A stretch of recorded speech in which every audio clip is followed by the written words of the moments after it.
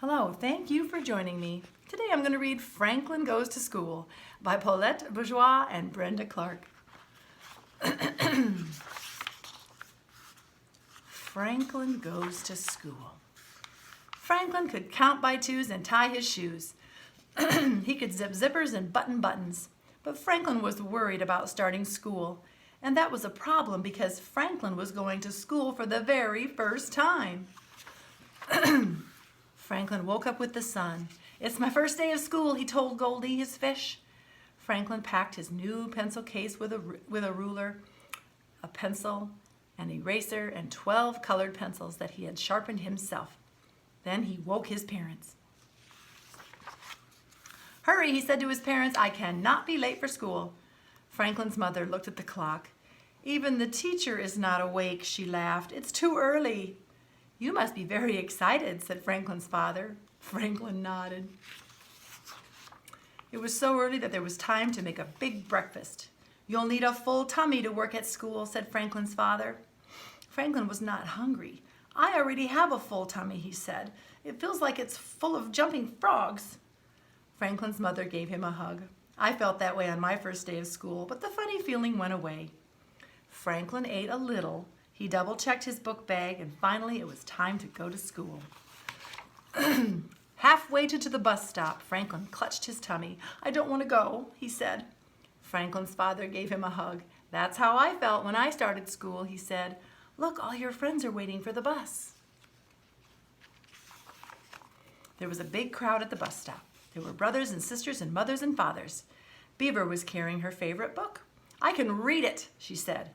"All of it?" asked Bear. "Yes," she answered proudly. Franklin rubbed his tummy. Rabbit pulled out a brand new notebook. "My big sister showed me how to write my numbers," he said. "All of them?" asked Fox. "Most of them," boasted Rabbit. Franklin looked at his mother. "I want to go home," he said. "We will be here after school to hear all about the things you did today," she said. When the bus arrived, Rabbit grabbed his sister's hand and climbed aboard. Bear stood on the steps and waved goodbye again and again. Franklin hugged his mother and then his father. He kept hugging even after his friends had found their seats. As the bus pulled away, Franklin looked out the window. He didn't know if he was ready for school. Do you think the teacher will yell?" wondered Rabbit, who jumped at loud noises. "Do you think there's a bathroom at school?" asked Beaver, fidgeting in her seat. "I hope someone has an extra snack," said Bear, who had already eaten his. Franklin did not say anything. The bus ride seemed very long. When they arrived, their teacher was waiting. Mr. Owl said hello in a gentle voice. He showed them where to hang their coats, where to sit. He showed them where to find the bathroom and offered everyone a piece of fruit. Then Beaver and Bear went to the reading and writing center. Rabbit went to the play kitchen, but Franklin stayed in his seat. "What would you like to do today, Franklin?" asked Mr. Owl. "I don't know," said Franklin, rubbing his tummy. "I cannot write all the numbers like Rabbit can. I cannot read like Beaver can." "Rabbit and Beaver will learn new things at school, and so will you." Franklin started to doodle. "I can see that you are a very good artist," said the teacher. Franklin sat up taller. "I know all my colors, too," he said. "What color is this?" asked Mr. Owl, holding up a colored pencil. "It's a special blue," said Franklin. "It's called turquoise." "Now you have taught me something," said Mr. Owl. "Is there something special you would like to learn?" There were so many things Franklin wanted to learn that he had trouble deciding. Finally, he asked Mr. Owl to help him read his favorite book.